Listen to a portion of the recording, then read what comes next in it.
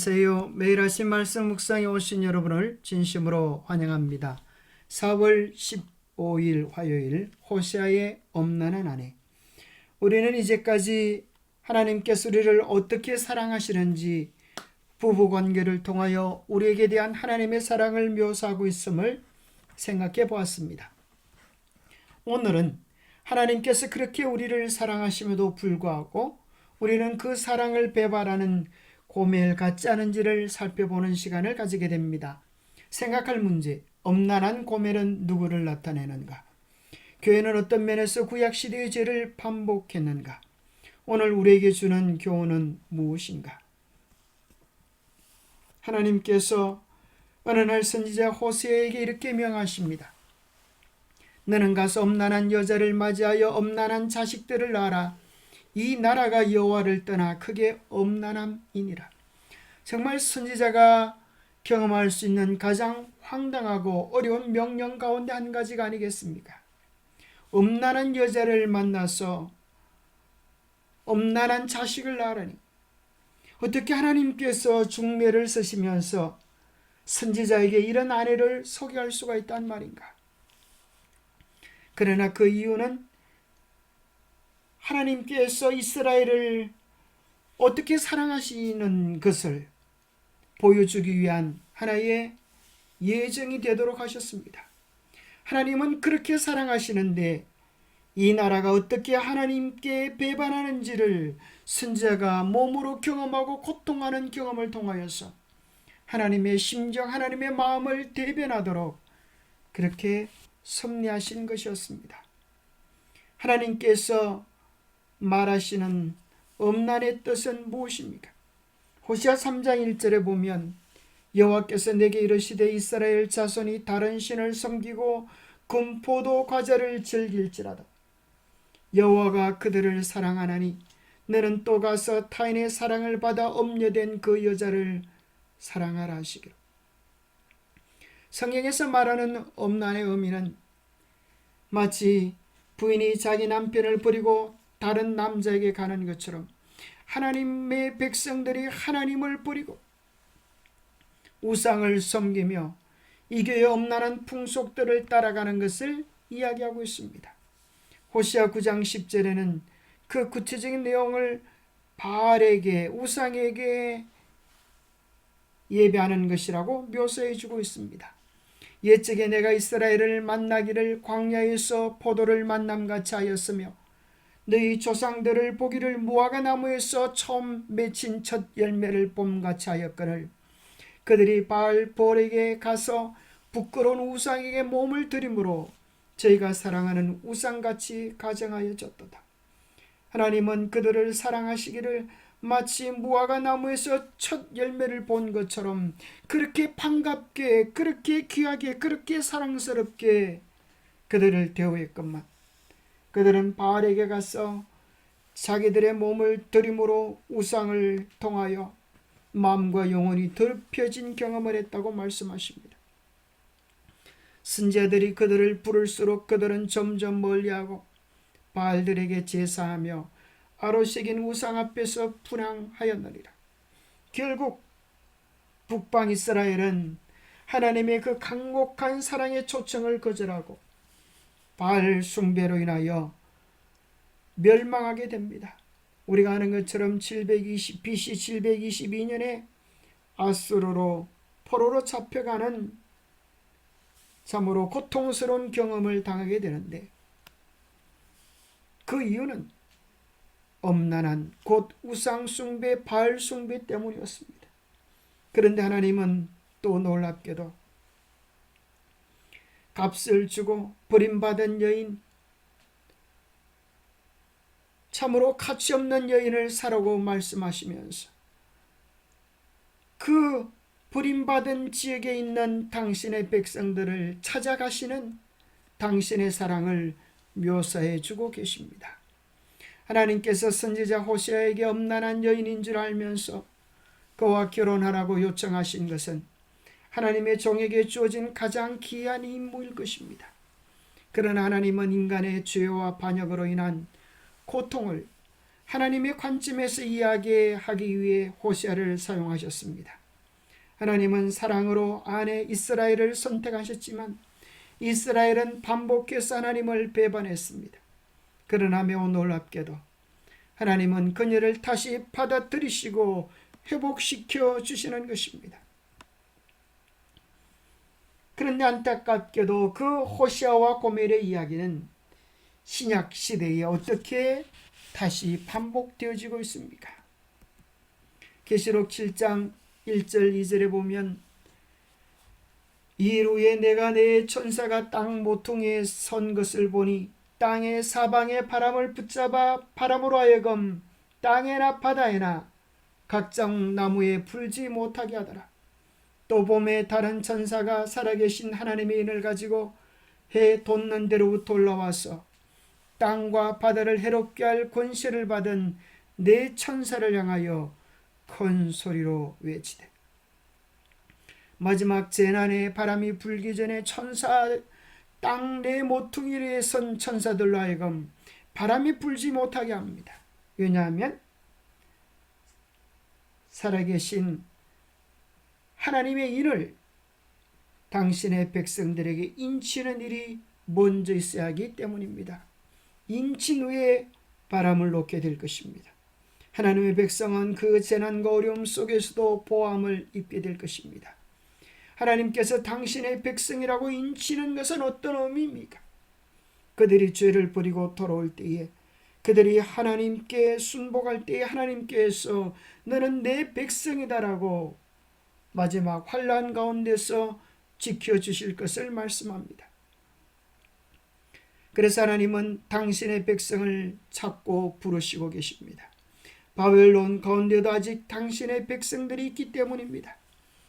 계시록 18장 2일 후에 다른 전사가 하늘에서 내려오는 것을 보니 큰 권세를 가졌는데 그의 영광으로 땅이 환하여지더라.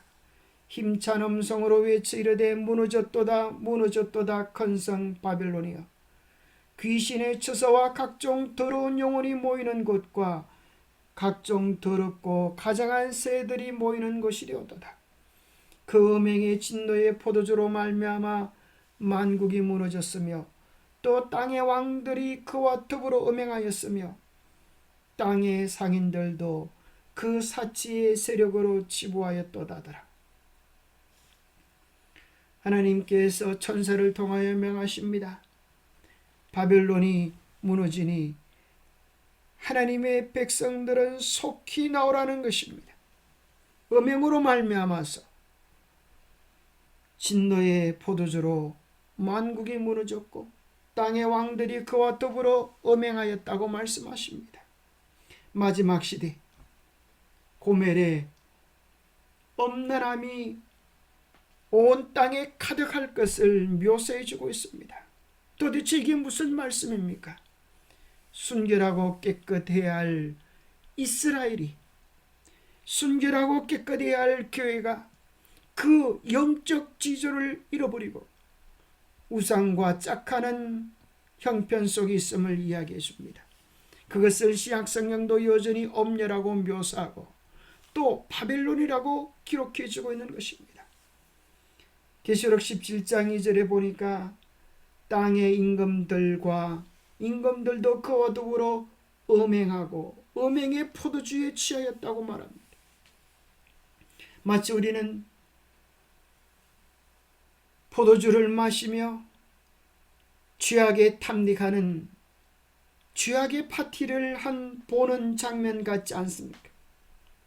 계시록 17장 6절은 그 포도주를 또 표현하기를 이 교회의 거짓된 가르침뿐 아니라 성도들의 피다라고 말씀하십니다. 성도들의 피와 예수의 증인들의 피에 취한지라. 하나님의 백성, 순결한 진실된 하나님의 백성들을 핍박하고 죽인 그 피가 포도즙으로 묘사되어져 있습니다. 중시시대 때 정교 재판의 이름으로 수많은 참된 기독교인들을 죽인 자가 누구입니까? 그것이 중시의 교회입니다. 이기어 태양신 종교와 짜가면서 진실된 하나님의 백성들을 여러 변명들을, 죄명들을 만들어가면서 죽였습니다. 수많은 종교 개혁자들이 진리의 기치를 높이 들고 그 가운데서 나왔습니다. 그러나 여전히 중세교회는 변함이 없고 그 엄탕함 속에서 세상의 모든 정치, 경제, 종교를 통합시키고 있는 것입니다. 그래서 계시록 17장 15절에는 내가 본 바 음녀가 앉은 물은 백성과 무리와 열국과 방언들이라 했습니다. 온 세상이 거짓 종교와 음탕한 고멜과 짝하고 있음을 이야기해 주고 있는 것입니다. 바빌론의 포도주는 무엇입니까? 생명수와 섞인 거짓된 가르침들입니다. 원래는 맑은 물이었지만 그 속에 섞이지 말아야 할 부정한 세상의 철학 가르침들이 섞여서 거짓 가르침을 만든 것입니다. 그것은 화채설입니다. 성만찬을 통하여, 미사를 통하여 실제로 예수 그리스도의 몸과 피로 변한다는 것입니다. 예수 그리스도의 십자가의 대속이 불완전하기 때문에 미사를 통하여 실제적인 구원의 역사를 경험할 수 있다라고 말하는 것입니다. 성경은 무오하다고 하는 그 가르침 대신에 성경의 근위의 교황의 가르침을 두고 교황은 무료하다고, 무오하다고 가르치는 것이 바빌론의 포도주입니다. 예수 그리스도께 나와 개인적으로 죄를 고백하며 용서받는 것이 아니라 신부 앞에 죄를 고백하며 신부가 속죄일을 한다고 하는 것이 거짓 가르침인 것입니다. 뿐만 아니라 하나님의 거룩한 하나님의 보좌의 기초가 되는 십계명을 변경하고 우상을 숭배하지 말라고 하는 계명을 깨뜨리고 제7일 안식일을 거룩히 지키라고 하는 이 소중한 계명을 태양신을 숭배하던 일요일로 변경하여 주일을 기억하여 거룩히 지키라고 하는 계명으로 변경시켰습니다. 영혼 불멸의 가르침을 통하여 연옥설을 주장하고 또 면죄부를 통하여 많은 사람들에게 죄를 헌금을 통하여 대속할 수 있다라고 그렇게 거짓된 가르침을 통하여 수많은 재물들을 착취하고 엄란한 짓들을 해온 것입니다. 그래서 하나님께서는 마지막 시대에 말씀합니다. 세상의 거짓 가르침으로부터 참된 말씀으로 예수 그리스도께로 나오라고 마지막 하나님의 참된 백성들에게 호소하고 계시는 것입니다. 바벨론이 가진 오류의 독주, 이 오류의 독주는 영혼 불멸설, 악인의 영원한 형벌, 그리스도의 베들레헴 탄생 전에 선지성을 부인하는 것, 하나님의 거룩하고 성별된 날보다 주일 중 첫째 날을 높이는 일 등과 같은 거짓 교리들로 이루어져 있다. 이와 같은 것들과 이와 유사한 오류들이 여러 교회들을 통하여 세상에 소개되고 있다. 이리하여 모든 나라를 그 음행으로 인하여 진노의 포도주로 먹이던 자로다고 한 성경의 정언이 성취되고 있다. 기도하겠습니다.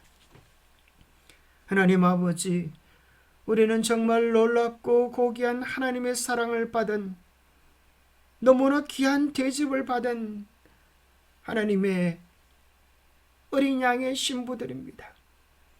우리의 세마포 옷을 그리스도의 보혈로 정결하게 하게 도와주옵소서.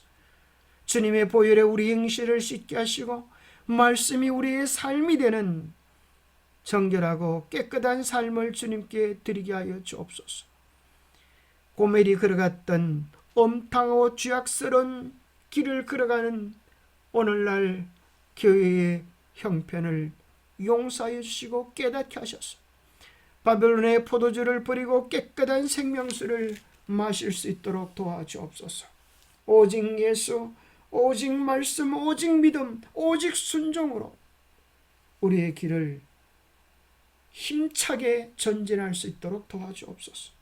그리하여 머지않아 오실 우리 주 예수 그리스도를 기쁨으로 영광 가운데 맞이할 수 있도록 우리를 축복해 주시옵기를 우리 주 예수 그리스도로 머지하여 간절히 간구하옵나이다.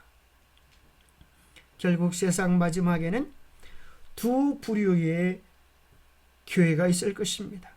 하나는 진리의 말씀으로 그리스도의 보혈로 순결케 된 교회가 있을 것이고, 또 하나는 바벨론의 포도주에 취하여 세상의 온갖 이교의 교리와 거짓 가르침들이 난무하는 고멜 같은 엄탕한 교회, 세상과 짝한 교회가 있을 것입니다. 우리의 마음을 주님께 온전히 드려서 온전한 사랑의 주인공이 되는 우리 모두가 되시기를 축복합니다. 감사합니다.